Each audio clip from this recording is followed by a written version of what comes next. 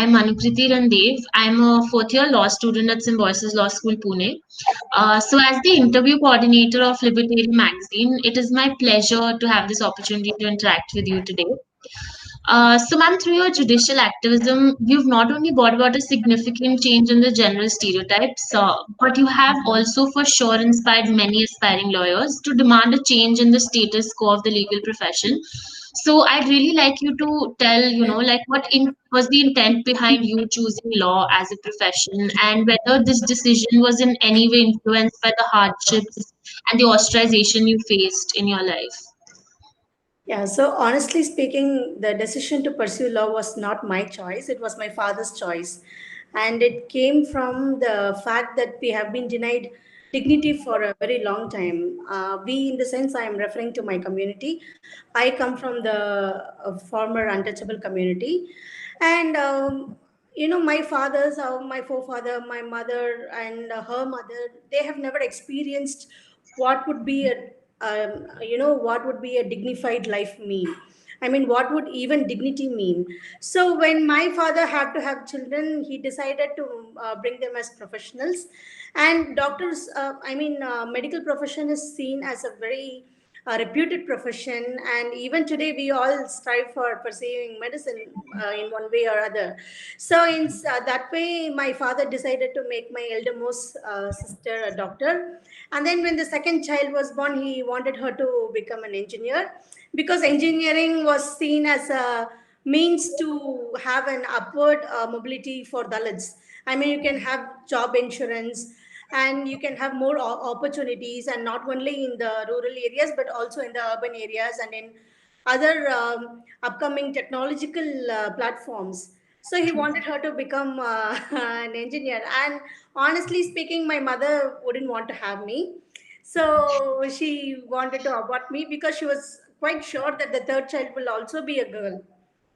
But Okay. somehow I was born after a long struggle, and then my father decided that I should not be a competition for my sisters, and also I should have a unique profession for me.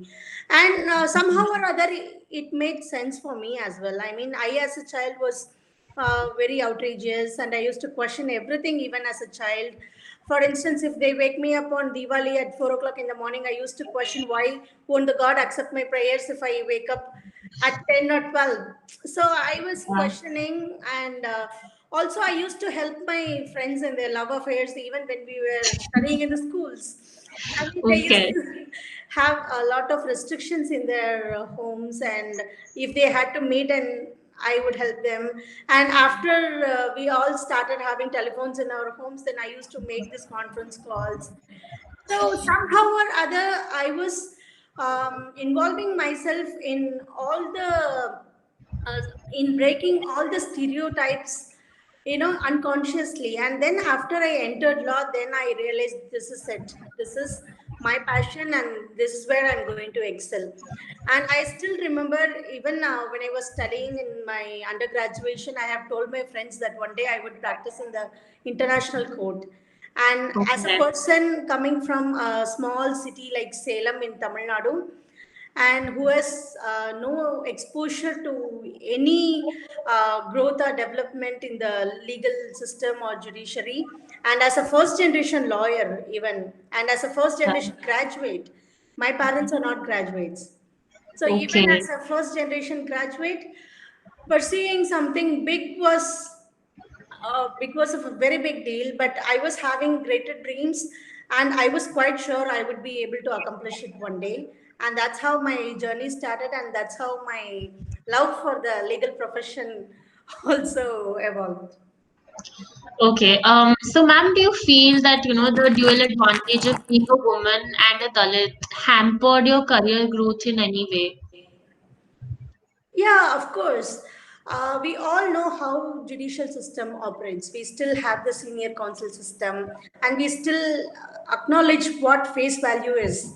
So, can you imagine a first generation lawyer who has no one to support in the courtrooms, comes for a practice, and she has no access for big offices, which takes high profile cases.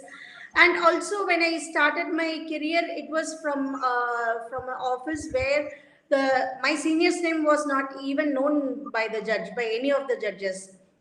Okay. So yeah, it was like standing among 1,000 people, and also the kind of recognition the kids of lawyers and judges receiving was something overwhelming. I mean, I can't even imagine getting such a privileged treatment in a courtroom.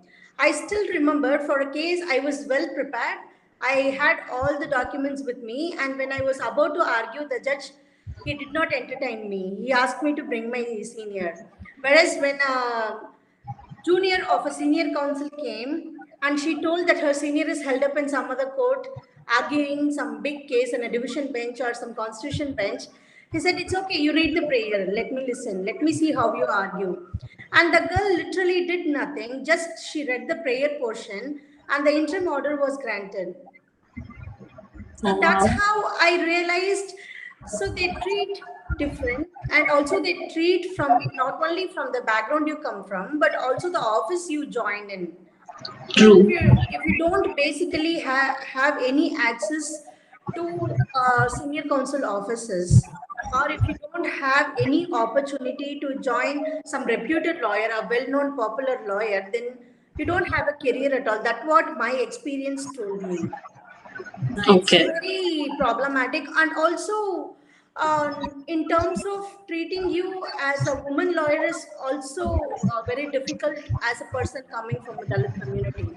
For instance, I have seen many women lawyers wearing pants, shirts, and they have also been wearing skirts even in the High Court of Madras, which is quite conservative in comparison of the Bombay High Court or the Supreme Court.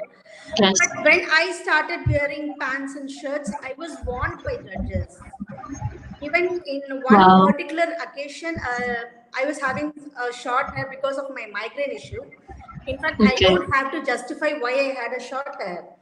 But still, Exactly. but still, the honest reason for me having a very short hair and I didn't want to tie was migraine. So open hair is something considered disrespect in the Madras High Court or in the Tamil context, not even in the Madras context. So in the Tamil cultural context, coming in open hair is something disrespectful. So he told me in the courtroom in front of all the lawyers that your hairstyle is attracting me rather than your argument. Wow. And he also told, the judge also told, I don't like girls having short hair and boys keeping long hair. And I also don't like boys wearing earrings and all, studs and all. Wow. So I had to tell him there is no law or rules regarding the hairdressing of a woman lawyer, and there is no dress code by the bar council. And it was also seen as a disrespect for the honorable judge.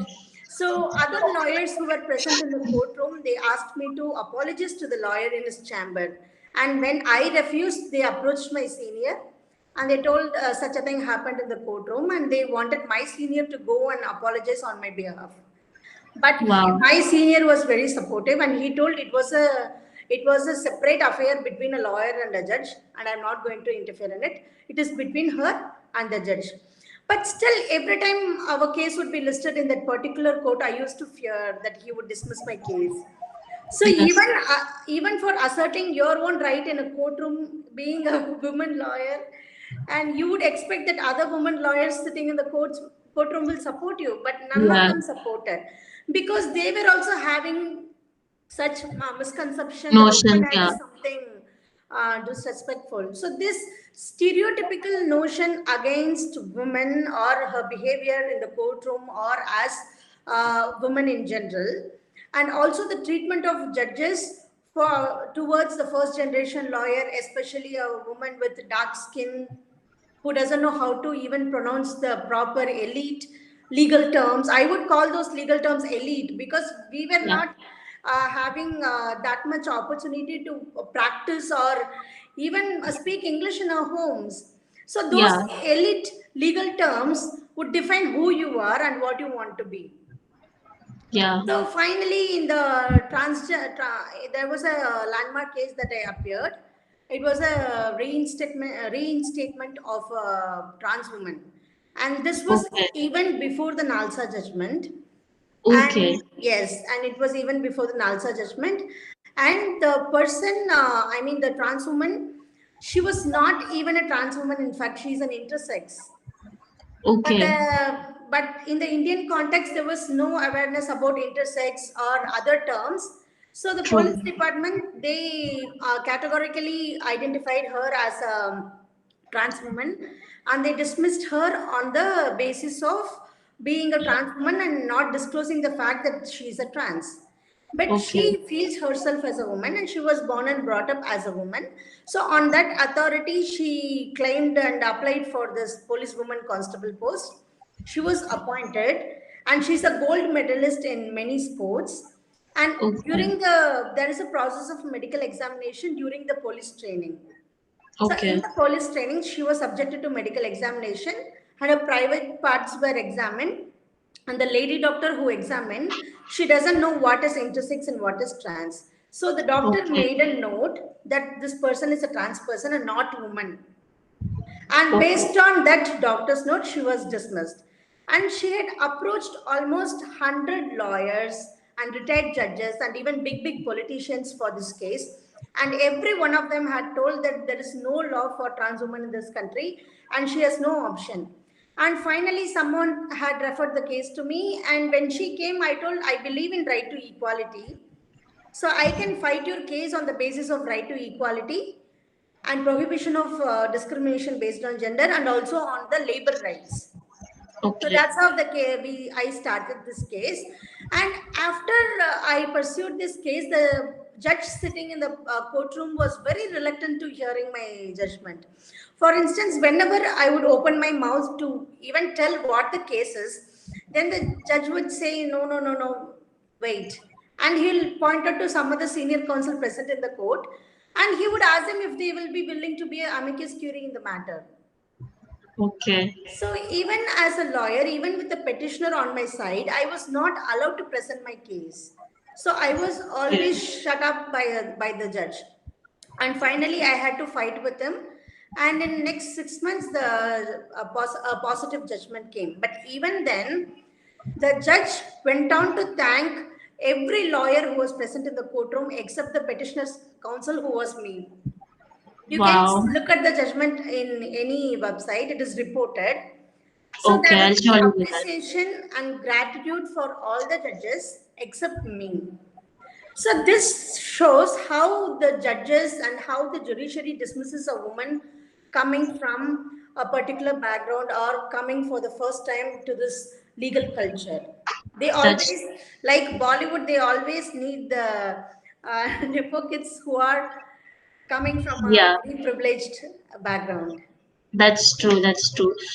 So, ma'am, as you just discussed about, transgender rights. So recently, when the Transgender Persons Act was, passed, in my honest opinion, it was pretty hasty and it has received a lot of criticism. So, what according to you can actually be done to truly protect their rights and dignity, per se? I mean, the Transgender Act is a very complex and complicated act because, like every other women rights act, this particular act was not consulted with the community. For instance, the community was from the beginning objecting to certain provisions, and they were asking for liberty to choose their own identity and not through this medical board and through Yeah, any commission or committee. But the government was not inclined to listen to any of those objections. And also, when the bill was passed, it was in a very arrogant manner that the bill was passed without having any concern for the community's welfare. yeah, So I think it's very complicated when you pass a bill for the welfare of a particular community when the community itself thinks it is not for their benefit, not for the exactly. welfare. Yeah, so I think the government should consider amendments to the act and involve and include all the objections of the community. And basically, I as a person believe in the right to privacy and the right to self determination. So one Yeah, should have the right to determine what their gender is. And the true. society should not fix their gender at birth or at any point of time according to their biology or body shape. So Yeah, I honestly believe self-determination is what even the Supreme Court said: self-identification, self-determining what their gender is based on their own feelings and psychology. So I think the government should definitely come forward to take note of all the objections and make an amendment. And even when the community was discussing about fighting this act, they were waiting for the rules. yeah, And hopefully the rule was also having some flaws, like they have posted it after a certain period, and again the opinion was sought out from the community, but the opinions were not considered, and we didn't know what the ministry is trying to do. okay. So, ma'am, my next question is actually related to reservations. So, a lot of people have this strong argument against it, saying that, like nowadays the benefits arising out of it are mostly claimed by the ones who are already in an advantageous position. So, and it's actually not penetrating to the vulnerable sections of our society. So, what is your opinion about this? I don't think the present reservation scheme is benefiting one particular community among the scheduled caste or backward classes. In fact, Brahmins were benefiting from the reservation they had for centuries. No one questioned how this one particular community can have all the benefits, have all the opportunities for even education and employment. So now, when there is a system for including other communities in the opportunities of education and employment, all of a sudden they care for what the rights of a manual scavenging community is, and what the rights of a Kuruvar nomadic tribe community is. And I simply see how I'm able to witness their dislike for a reservation system. But I do agree there are some problem with the present reservation system, because it is not proportional in nature, and it is not inclusive in nature. For instance, in Tamil Nadu, we had 100% reservation, which would accommodate every community in the society. So it is an all-inclusive reservation policy where all the communities, all the caste would have representation in the education and employment. But later the communal GO was quashed, and then 50% limit was set by the Supreme Court. But even then, the Tamil Nadu government committed itself for the cause, and the 50% limit was little pushed, and now we have 69% reservation in Tamil Nadu. And Okay. even in the 69%, we have sub-reservation among SCs for Arundhathiyar manual scavenging community. And Okay. also we have special reservation for most backward classes, unlike other parts of the country. For instance, in other places they have only OBC, SC, ST. Whereas in Tamil Okay. Nadu we have BC backward class, MBC most backward classes, and then SC, ST. So Okay. even among the backward classes, there is a separate classification of most backwarded communities, and they Okay. are giving opportunities and representation in the system. And even Okay. among the most backward, we have separate reservation for Muslims and converted Christians. Okay. So it's all inclusive policy, and it is very proportional. And the original communal GO in Tamil Nadu, it had a separate clause for women. For instance, if a certain percentage of seats were reserved for SCs, then even within the certain percentage, there would be a certain seats reserved for For women women. coming from Dalit communities. So Okay. it was applicable for every caste, not only Dalits. I just mentioned for example. So Yeah. this kind of proportional, all-inclusive policy is what we want. So as Yeah. a result of this progressive and proportional reservation policy, the first Dalit judge in the Supreme Court was from Tamil Nadu, A. Varadarajan. And the first Okay. backward class judge was also from Tamil Nadu, Ratnavel Pandian. Wow. So that is what we are trying to achieve. We are Yeah, trying to make all the higher positions, and we are trying to make all the powerful and the highest institutions very inclusive and diverse. And if at all we are going to achieve it, it is only through proportional and all inclusive reservations policies. that's true. So, only because the state or the political movements fail to admit that the present reservation policy is, you know, just a farce, and also the present reservation policy is very ineffective. They are allowing it to continue, and they are not willing to push the limitation over 50%. But due to social and economical changes, we are able to see Jats were asking to be included into BC category. Yeah, And there are other communities which were considered historically very privileged and forward were asking to be included in backward class list. And we yeah, are seeing other communities in the backward class asking to be removed from backward class and asking to be declared as a forward classes. And there is even one particular Dalit community in Tamil Nadu which is asking to be included in the backward class list. okay, For example, Kuravar community is a nomadic tribe community, but the Indian government has listed them under the scheduled caste list, not in the scheduled tribe list. okay, And Counter is a very forward community. They are the landowning community and they have all the resources and wealth. If you calculate the amount of wealth that the community possesses, they should not ever be listed under backward classes. So I think there is a need to revisit the castes yeah, that are taking place in the list, who are categorized or classified into particular backward class or scheduled list or in the scheduled tribe list.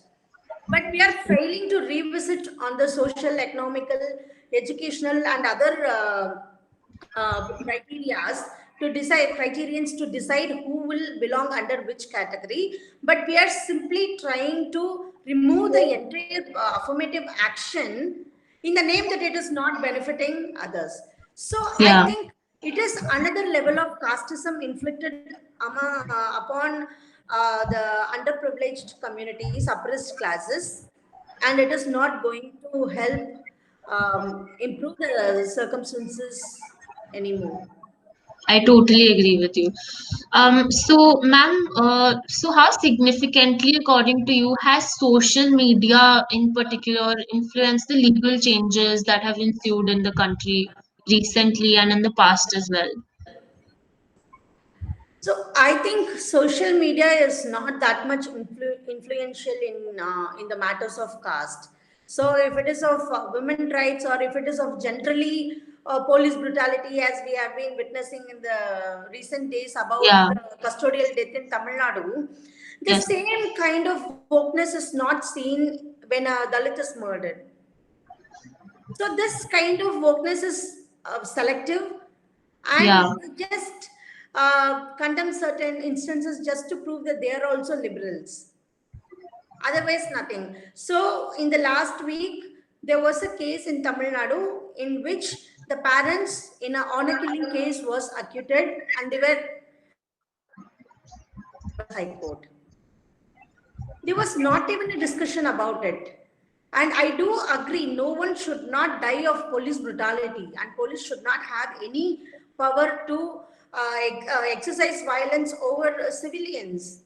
But exactly. still, but still, this kind of police brutality is a chronic experience of every other Dalit community, tribal community. Imagine what criminal tribes are still suffering from. I mean, we have been trying to make a very progressive and very equal society only on paper. But in reality, we don't have that much equality in practice. We True. don't even try to see what is the position of the denotified tribes, what is the position of the erstwhile criminal tribes, what is the brutality that the Dalit communities face on a day-to-day basis. So when That's police true. brutality is a day-to-day experience of Dalits, we are only performing our workness in the matters when it is a case where untouchability or casteism is not questioned. That's true. So it depends on who are you fighting for. Yeah. Yeah, so social media is as much as casteist as the real society. And the kind of online violence and online abuse that Dalit women, trans women, and other oppressed sections face online is not less than any real life violences. You should True. see the kind of abuse we face every day. And I have been a victim of this online violence for a very long time. And whenever I write something, they would come, talking about my skin tone and my appearance and how I, as a Dalit woman, eat beef and how my beef eating culture decides what amount of brain I have, knowledge I have. And even in the last week, I gave a talk for Jindal Law University, and Yeah. a very privileged person shared the poster, and he says, idiots, idiots are real, and zero value addition is real. So dismissing the knowledge and participation of Dalit women in the academia and in the intellectual spaces are still a reality online, and they try to invalidate you at every opportunity they get. They try to discredit your argument on every occasion. They see your post or tweet. I mean, you cannot even question how casteist the other person is, or you cannot even talk about how caste is being practiced in the present day life. Then you would be called an casteist. So, this sort of online violences and dismissing the experiences and criticisms of Dalits and other vulnerable sections online is very much prevalent, and one could see. And as a result of all these online violences women experienced, we now have some leverage with the social media companies to have frame safe policies for women, to make it a safe place for women. But still, caste is a very big deal for the Twitter and the Facebook social media platforms for the intermediaries. Yeah. So we are not able to make casteism policy guidelines to be blocked from or to be removed from the platform. And when you report of any casteism or any homophobia or any misogynistic post, then you get the standard reply, this is not against our community standards. Yeah, This exactly. is very well within our standards. So if misogynism against women, and if homophobia against LGBT community, and if casteism against Dalit communities are very well within your standards, what kind of safety would these platforms would provide for a person coming from that vulnerable section? That's true. So intersectional approach is very much needed in the online platforms as well. Yeah, that's there. And then I totally agree. I mean, especially in our youth today, there's so much of selective outrage, and it's so short-lived that it changes every day as soon as the news comes. So I think that really needs to change for sure. So continuing with the fact that, like we've been a pioneer in several PILs which have been filed before the Indian courts. So can you simplify the process of preparing the PIL and filing it in the court for a law student who is interested in doing the same? Yeah, I would love to. I mean, public interest litigation is a very progressive tool that is, very unique and novel only in the Indian judicial system. I mean, there might be other options in the Western countries, but as far as India is concerned, public interest litigation is a very, very powerful tool through which you can seek the attention of the courts and ask for their interference in any matter that is affecting the public at large. And I, as a person, I even learned today when I draft public interest litigation, and my learning process is continuing on every occasion I sit for drafting a case. And my one of my best experiences in drafting the public interest litigation was in the Chennai floods case. So Okay. Chennai was under flood, and the courts were not functioning, and also the state machineries was also not functioning, and there was a huge communication gap from the state. Due to flood and rain, we were not able to communicate, and I was also not able to talk to my family and ask what is going on. And my friends in Chennai were suffering a lot, and there is no internet access here, and I was not able to even know what is happening here. And honestly speaking, this is not one particular incident. I mean, occurrence of flood and death of many fishermen community members, and also many living in the coastal regions, is a like a seasonal thing that used to happen in the Tamil Nadu, Andhra Pradesh, and Telangana. Okay. So what would happen is every year there will be a flood or cyclone, and again 100 people will be suffering from it. At least we would see 50 to 100 deaths every year. I'm talking about every year. So if it is happening every year and the state is not taking serious measures to protect those communities from being a victim of the cyclone deaths or this floods, then their right to life is basically affected.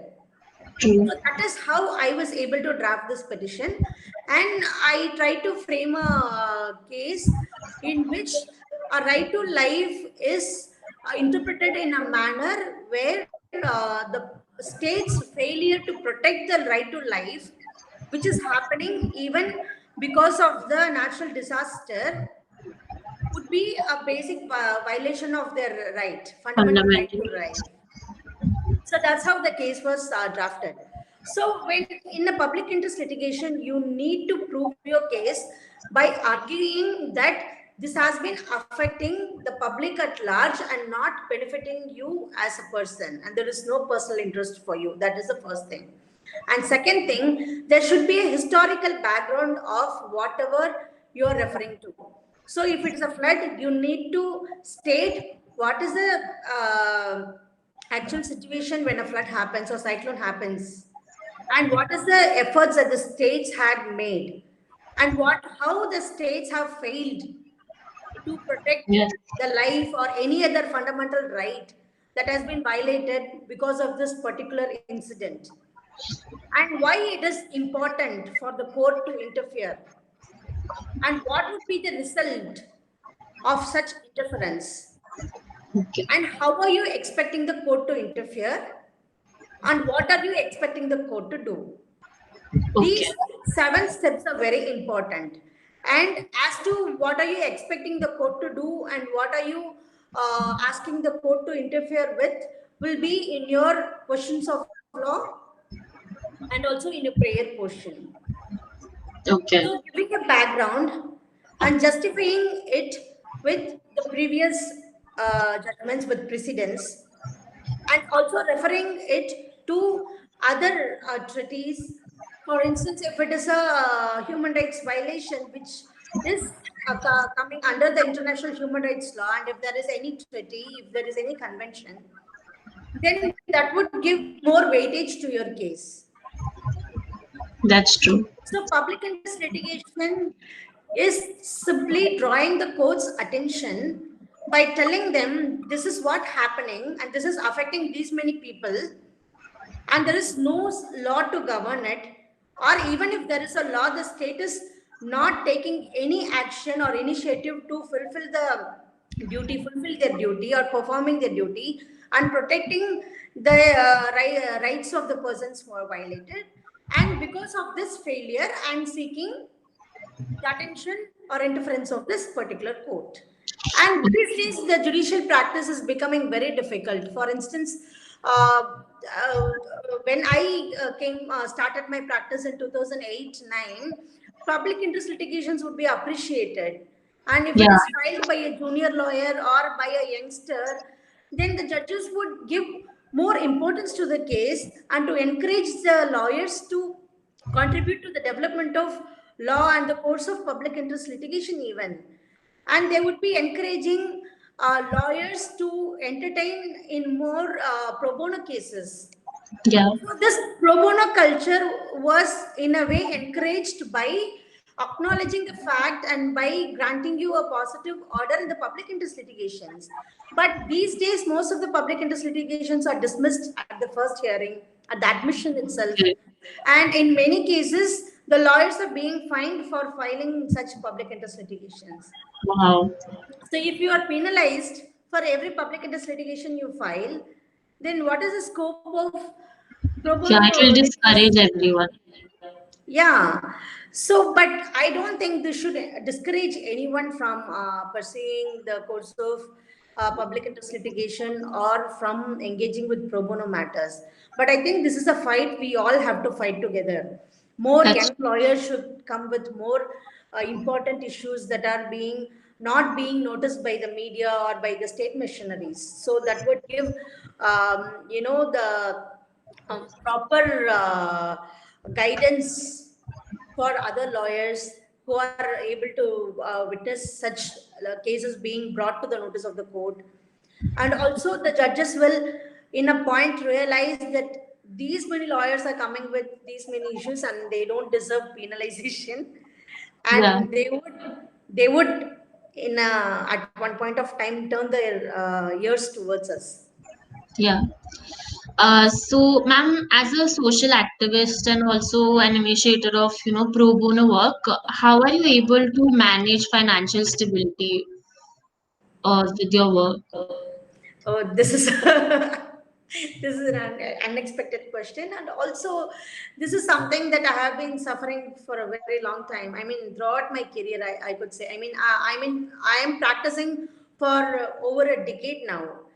But pro bono litigation is something that needs your commitment for the cause, but not at what it would give you, or how are you going to survive through the pro bono litigation. I mean, almost all the cases that I have taken for the rights of for the violation of rights of a person were pro bono, almost all the cases, and only in the regular cases and only in the civil cases or property matters or in the matrimonial matters I get paid, whereas all the pro bono matters I take for the violation of rights were by persons who can't even access courts. Access to justice is something different, something and at another level, but access to courts is the primary thing that I need to focus on.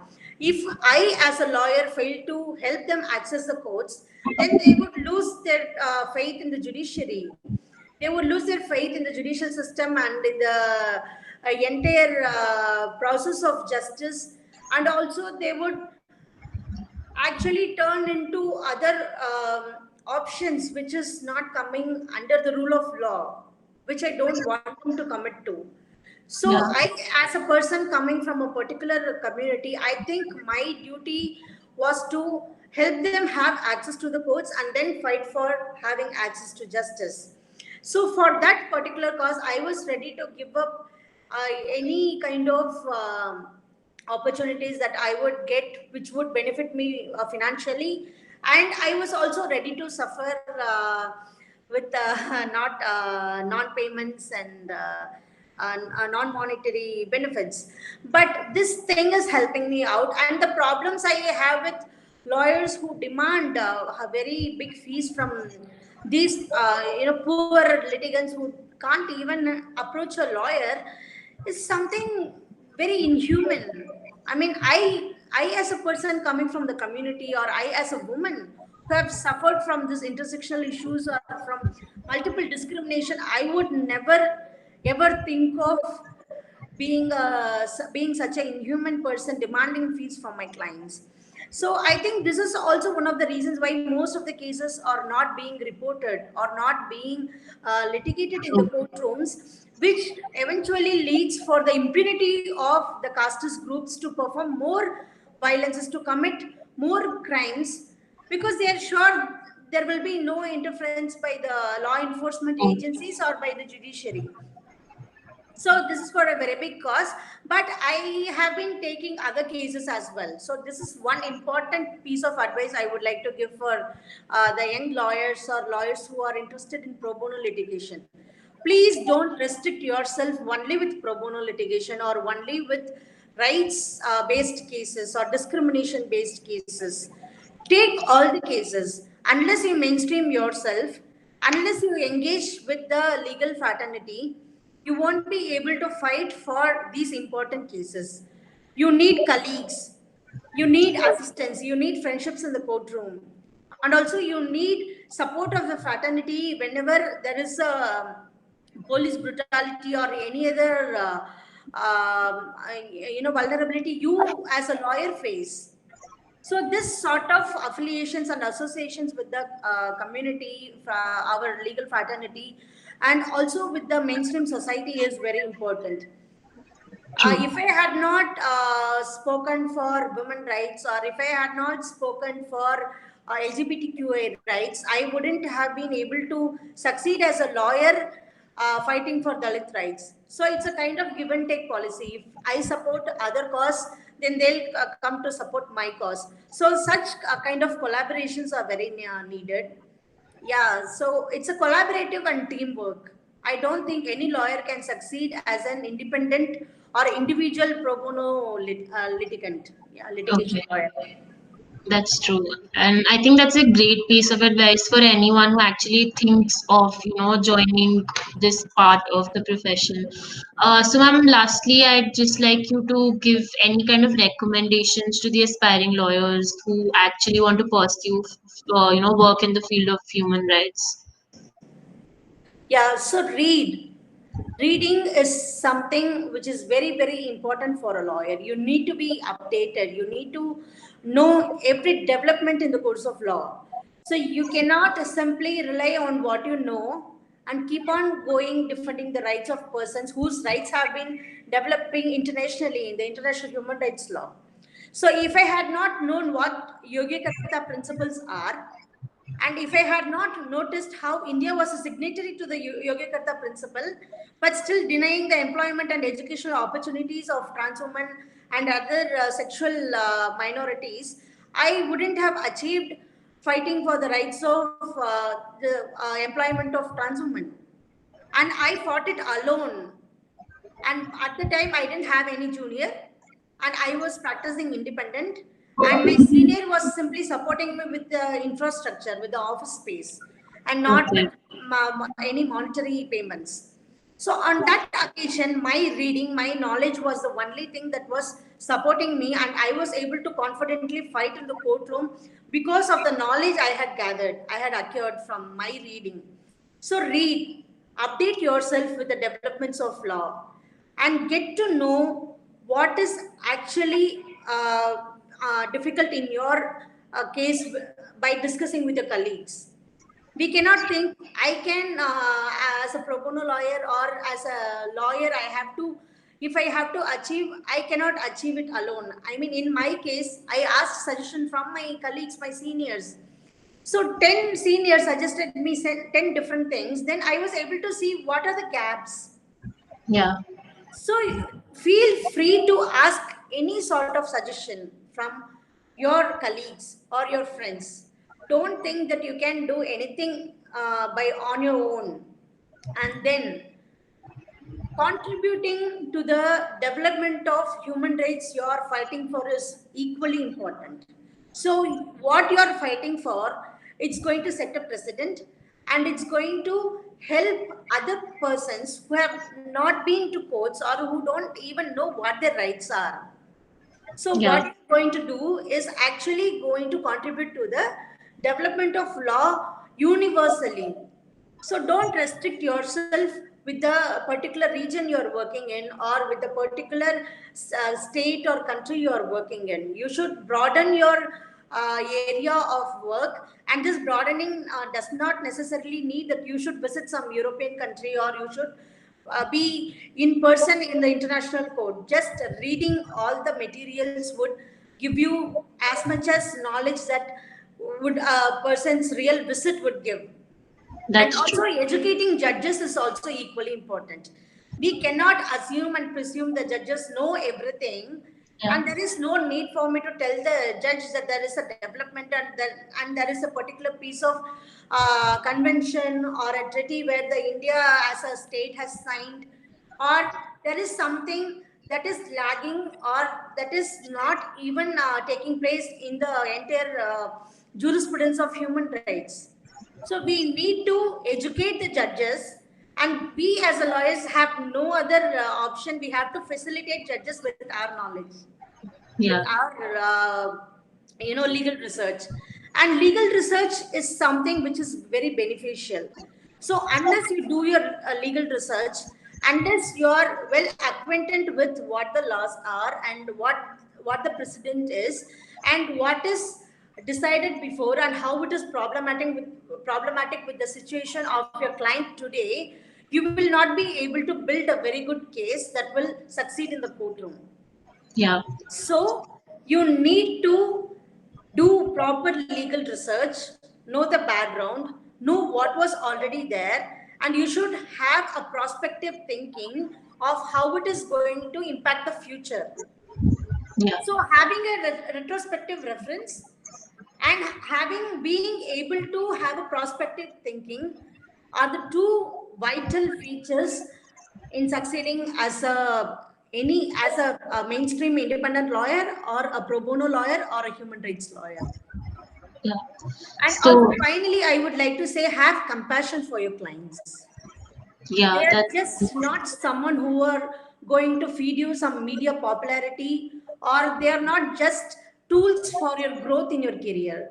Have compassion for your clients who don't have access to justice or access to courts, or who are not aware of what their rights even. So we as a lawyer, it is not only our duty to represent them in the courtrooms, but it is also our duty to bring awareness to the society.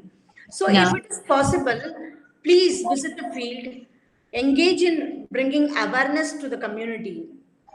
Yeah. So, fighting for a particular community or fighting for a particular case doesn't mean that you have to just look at the possible cases that would come to the court, but also educating them and stopping the occasion for them to fight in the court, and prevention of more litigations is also a very important duty of a lawyer. Yes. So when we will be able to prevent more cases coming to the courts, when we are able to resolve something out of the courtroom, then Yeah. obviously the burden of litigation or the number of pending cases, the question of speedy disposal, everything will be sorted out. So judicial activism is in itself is not only relating to the judicial system, but which has to be worked upon or sorted out outside the courts room, outside the judicial system, and you have to be a social activist as well. Yeah. And I as a person, from my lived experiences and from my professional experiences, I used to say justice is always socio-political and it Yeah. is not legal. And don't ever True. believe that you can bring justice or you can do justice only through the legal system. There are far more ways, and it is a reality and it is a fact that there are many amendments made just to nullify the judicial decisions. Yeah. So when the judicial decisions are actually impacting the rights or reversing the rights that the constitution has guaranteed, we are automatically depending on the legislature to make an amendment. It is a fact that we have been reversing judicial decisions and nullifying judicial decisions through amendments through the legislature. So I think justice is something socio-political rather than legal, and activism is something we should not do only in the courtrooms, but in the society and at the political level as well. So, as a lawyer, we have so many duties, but we cannot evade from any of it. And I think it's something very enjoyable journey. I mean, I have enjoyed my social activism, and I have enjoyed, engaging with political intermediaries, and I have enjoyed fighting for my clients in the courtroom. So once Yeah. you uh, once you find yourself in a right position and at the right place, I think every other lawyer would enjoy the human rights journey and the pro bono litigations. It's something very fascinating. And if I'm asked to continue it throughout my life, even without a single penny, I would love to do it. Yeah. Thank you so much, ma'am, for your time. And in honesty, or everything that you've said is something I'm sure every reader would be really glad to know about, and especially your insight about how to file a PIL, because that is something we usually do not get to know about in college, and is not something we are aware of. Although I've always wanted to file one. So thank you so much for your time again, and I'm sure that through the magazine we would be able to continue our relation with you, and like be able to get to know about various issues through you. Thank you so much. Of course, Anukriti, and thank you so much. This was a very enjoyable interview. I mean, I revisited my journey, and thank you for being so patient. And Thank I, you, I ma'am. would love to thank the magazine for this wonderful opportunity. Thank you so much, ma'am. Thank you. Thank you. Bye.